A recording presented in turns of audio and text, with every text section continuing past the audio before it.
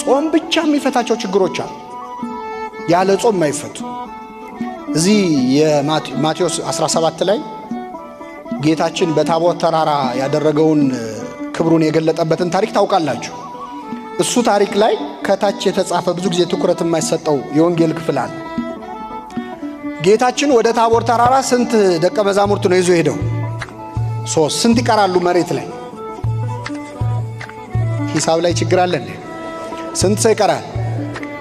9ኙ በጣም ጭንቅ ላይ ነበሩ። በነገራችን ጋኔል ያለበት ልጅ ያለው ሰው ልጁን አምጥቶ ማን ነው ደቀ መዛሙርቱን ፈውሱልኝ አላቸው።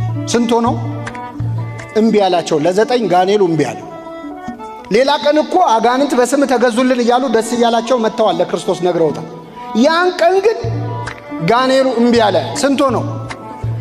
ግን ይሄ ጋኔል ደግሞ ክፋቱም መሰላችሁ ደንቆሮና ዲዳ ነበር ይላል። እየሰማችሁ ነው? አይሰማም፣ አይናገርም። ምን ማለት መሰላችሁ? የት ነው ያዝከው ስትለው አይሰማም። ውጣ መች ነው የምትወጣው ስትለው አይመልስም። ለ9 ተሰቃዩ። በኋላ ጌታችን ከዚያ ተራራ ወረደ።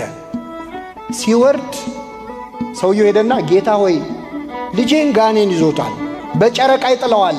በምን ይጥለዋል? ማታ ማታ ይነሳበት። አንዴ ወደ እሳት አንዴ ወደ ውሃ ይጥለዋል። ወደ ደቀ መዛሙርትህ አመጣሁት፣ ሊፈውሱት ግን አልቻሉ። ቢቻልህስ ልጄን ፈውስልኛል። ምን ቢልህስ? አይገርም? ክርስቶስ ቢቻልህስ ይባላል። ተማሪዎቹ ካቃታቸው ያው መምህሩም እንደነሱ ነው ብሎ እኮ እግዚአብሔርን ያስናቅነው እኛ ነን እኮ። እኛ ስላቃተን ያቅተዋል የሚሉ ሰዎች አሉ። ቢቻልህስ ልጄን ፈውስልኝ